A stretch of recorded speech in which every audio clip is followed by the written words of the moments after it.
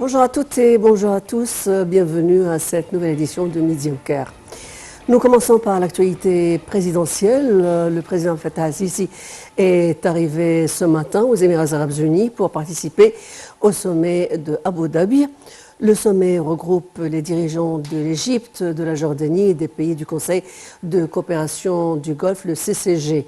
Le porte-parole officiel de la présidence de la République, l'ambassadeur Bassam Radi, a déclaré que la participation du président el-Sisi au sommet de Abu Dhabi s'inscrit dans le cadre du souci de l'Égypte au développement des relations distinguées avec tous les pays frères participant au sommet, ainsi que le renforcement des mécanismes de travail conjoints à l'intérêt des peuples arabes. Notons que le sommet de Abu Dhabi vise à la consultation et la coordination dans la réalisation de la paix, de la sécurité, de la stabilité régionale et internationale.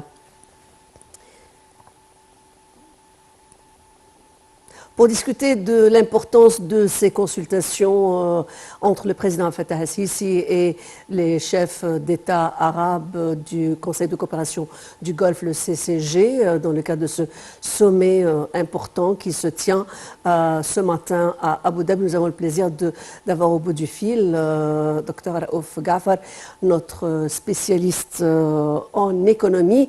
Bonjour et merci de vous joindre à nous sur Nile TV International. Merci, bonjour. Alors, c'est un sommet qui vient donc, où le chef de l'État vient d'arriver donc à Abu Dhabi pour assister à ce sommet. Consultation, coordination dans la réalisation de la paix, de la sécurité, des questions reliées à la stabilité régionale et internationale. Finalement, ce sommet, il a pour quels sont ses objectifs majeurs? Bon. Le fait que notre président tient de très bonnes relations, très bons contacts avec tous les chefs d'État arabes, et ce sommet vient dans le contexte de, comme vous avez dit, consultation, échange de points de vue, etc., sur les problèmes et les crises et les défis régionaux et internationaux. Et ils se sont convenu plusieurs fois avant ça. Donc ça, c'est une continuation de ce genre d'échange de points de vue, d'idées, etc.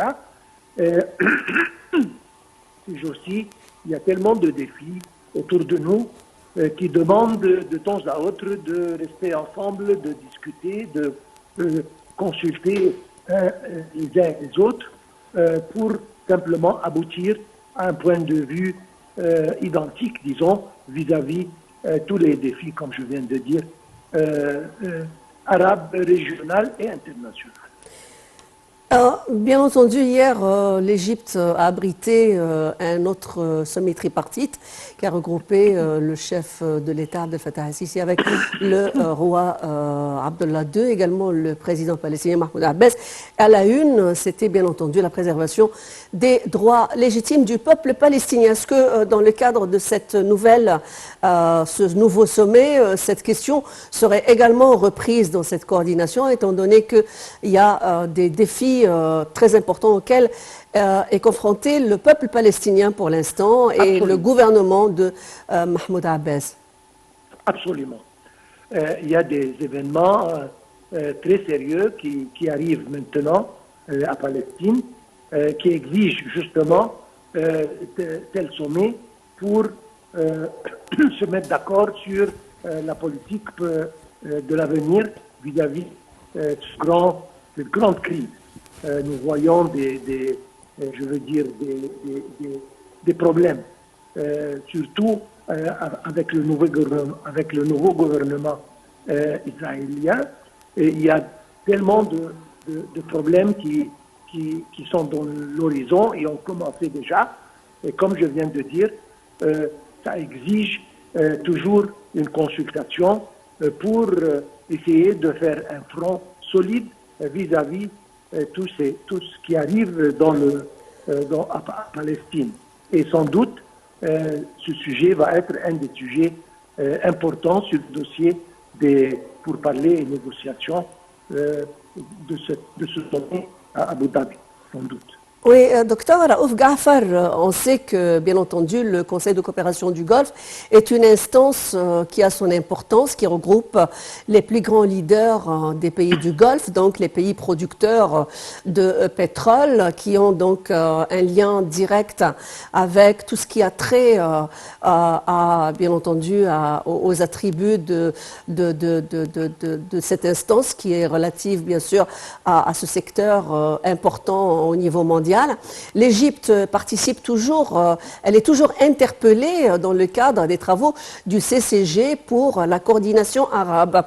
L'Égypte, bien entendu, aussi a son mot à dire en ce qui concerne ces questions et des questions. Est-ce que des questions économiques seront abordées, par exemple, cette question de problématique de ce qui se passe sur le plan économique mondial, de la crise économique mondiale. Est-ce que des prérogatives arabes peuvent être mises en application en coordination avec l'Égypte et le CCG? Certainement. Comme vous l'avez dit, cette zone est une zone importante, surtout dans la crise mondiale présente, étant donné que le gaz et le carburant vient de cette zone, donc ça joue un rôle important. Sans doute, ça sera discuté. D'autre part, on parle économie. Nous savons que les pays du Golfe sont des investisseurs très très importants en Égypte, si on parle bilatéralement. Donc, sans doute, notre président va aborder quelques sujets économiques, mais quand on parle d'un sommet de cette magnitude, on parle toujours des problèmes internationaux. Certainement, les pays arabes, producteurs de pétrole et de gaz, jouent un rôle très important dans la crise présente. Et justement, ils ont besoin de se consulter pour, comme je viens de dire, avoir une opinion qui leur sécurise un intérêt au milieu de ce monde qui change très rapidement. Oui, nous jouons un rôle qui va continuer et nous sommes une zone très importante, surtout vis-à-vis de la crise mondiale présente. Oui, docteur Raouf Ghafar, du moment que vous êtes en train d'invoquer cette question de crise mondiale, il était temps, donc, on voit que c'est le temps des grandes concentrations de pays qui commémorent ce qu'on appelle le dynamisme de la force économique. Il y a aussi cette perspective dans le monde arabe. Je veux dire, entre l'Égypte et le Conseil de coopération du Golfe, il y a cette question de s'unir en un bloc qui a sa puissance sur le plan économique, mais aussi qui a son mot à dire sur le plan diplomatique, n'est-ce pas? Absolument, absolument. Il y a tellement de défis. L'Iran d'un côté, le Yémen de l'autre, c'est-à-dire il y a beaucoup de choses à traiter. Il y a beaucoup de choses qui exigent consultation continue, les choses changent rapidement et justement ce genre de réunion, ce genre de sommet est très important pour, disons, chercher des solutions communes, d'intérêt commun et confronter tous les défis qui se présentent. Vous avez parlé de la sécurité de la zone, très important, paix très importante. Donc ce sont des sujets qui ont le reflet. Ceci pose la question, quels sont les autres défis que confronte cette nation arabe actuellement qui ont besoin, je veux dire, dans l'immédiat de concertation? Est-ce que c'est une coordination par rapport aussi à une lecture d'un futur proche de ce qui se passe entre la Russie et l'Ukraine? Je veux dire, cette question, ce contexte de guerre qui continue au moins, je veux dire, pour un certain laps de temps. Je veux dire, elle n'a pas d'horizon de fin pour l'instant. Quels sont les défis qui sont encore d'importance pour le monde arabe actuellement, 2023? Cette guerre, comme vous avez dit, elle continue. Chaque fois qu'on sent que ça va se terminer, ça ne se termine pas. Donc, on ne sait pas quand ça va finir, mais ça représente comme producteur de nourriture, disons de grains, de blé, etc. C'est très important. Ça affecte les chaînes d'approvisionnement, affecte le monde entier et le monde arabe n'est pas différent. Donc ce genre de crise mondiale qui peut continuer pour un certain temps, il faut aboutir à une stratégie à long terme, parce qu'on ne peut pas penser à ce genre de défi comme un défi qui va disparaître d'ici quelques jours, espérons bien, certainement, mais si jamais ça continue, il faut toujours avoir un plan B, une stratégie à long terme pour confronter ce genre de défi. Il y a beaucoup de pays arabes qui souffrent de cette crise et il faut justement sur le plan économique oui. Pour vous poser la dernière question dans le cadre de ce Midi au Caire, l'Égypte a sa pesanteur sur le plan stratégique, sa pesanteur sur le plan aussi économique. Comment, je veux dire, l'Égypte peut-elle contribuer à l'épanouissement de cette économie arabe et de contenir aussi de nouveaux investissements qui viennent de ces pays du Golfe, le Conseil de coopération du Golfe, qui sont donc, qui connaissent aussi beaucoup d'élan en matière de construction, en matière de développement et en matière d'infrastructures énergétiques. Comment elle peut positiviser aussi ce contact? Premièrement, l'Égypte, comme on le sait, c'est un pays pivotal. Donc un pays très important, je ne veux pas dire le plus important, mais un des pays les plus importants de cette zone du monde arabe. Et la présence de l'Égypte dans ce genre de sommet est impérative. L'Égypte a une responsabilité vis-à-vis sécurité, comme vous avez dit, paix, etc. Donc la zone entière. L'Égypte a tout ce qu'il faut pour attirer les investissements. Nous savons que les pays du Golfe sont les plus grands investisseurs en Égypte.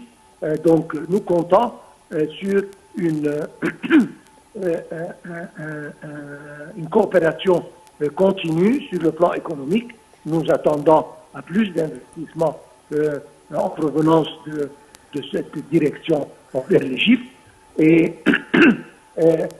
on va voir d'ici quelques semaines une présence plus active des capitaux du Golfe et des pays du Golfe en Égypte. Oui, alors je vous remercie, Dr Raouf Ghafar. Vous étiez donc en notre compagnie dans cette édition spéciale Midi au Caire réservée à cette visite du chef de l'État Abdel Fattah el-Sisi aux Émirats Arabes Unis pour participer au sommet d'Abu Dhabi. Je rappelle que le sommet regroupe les dirigeants de l'Égypte, de la Jordanie et des pays du Conseil de coopération du Golfe. Je rappelle également que le porte-parole officiel de la République, de la présidence de la République, l'ambassadeur Bassam Radi, avait déclaré que la participation du chef de l'État au sommet de Abu Dhabi s'inscrit dans le cadre du souci de l'Égypte au développement des relations distinguées avec tous les pays frères participant à ce sommet. Merci à vous d'avoir suivi cette nouvelle édition de ce programme. À suivre, Hani Farag et l'information continue sur LTV Internationale.